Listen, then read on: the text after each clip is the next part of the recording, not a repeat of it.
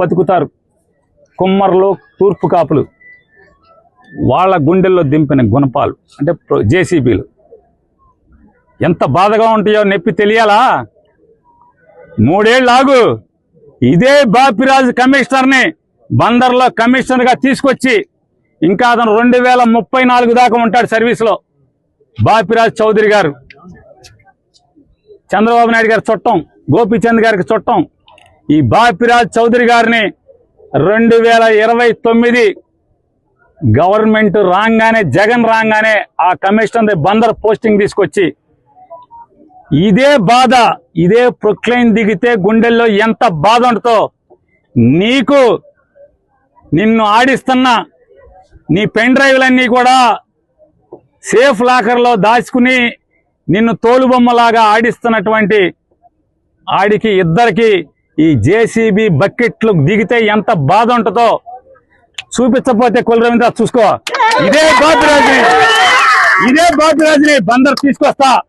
ఇదే పోలీసులు ఎవరెవరైతే ఉన్నాడో, పొద్దున ఒకడు ఉన్నాడు చల్లగా శంపందిలాగా ఉన్నాడు, ఆడిని కూడా ఇక్కడికే తీసుకొచ్చి ఇక్కడే నీ ఇళ్ళకి కాపలా పెట్టి బందోబస్తు పెట్టి నువ్వు ఎట్లా అయితే వస్తే వీళ్ళందరినీ ఈడిపించావో, చొక్కాలు పట్టుకుని, చీరలు పట్టుకుని, జాకెట్లు పట్టుకుని ఈడిపించావో ఈ మనుషుల్ని, అట్లాగే నిన్ను నీ కోసం వచ్చిన ప్రతి ఒక్కరిని ఇదే పోలీసులు వాళ్ళు ఎవడెవడైతే వచ్చాడో సిఐలు, ఎస్ఐలు మొత్తం అందరినీ నీ ఇళ్ల చుట్టూ, బైపాస్లో ఇంటి చుట్టూ, ఇక్కడ పార్కులో కట్టిన ఇంటి చుట్టూ అదే పోలీసుల్ని పెట్టి, అదే బాపురాజుని పెట్టి, గోపాలరావు అసిస్టెంట్ కమిషనర్ ఒకన్నాడు, ఎవరెవరైతే ఈ పాడు పనులు, తప్పుడు పనులు ఇన్వాల్వ్ అయ్యారో నోటీసులు ఇవ్వకుండా, ఏసీపీ నీ ఇంటికి ప్లాన్ లేదు, నీ ఇల్లు ఎక్కడో నాకు తెలుసు, నీకు తెలుసు, అలాగే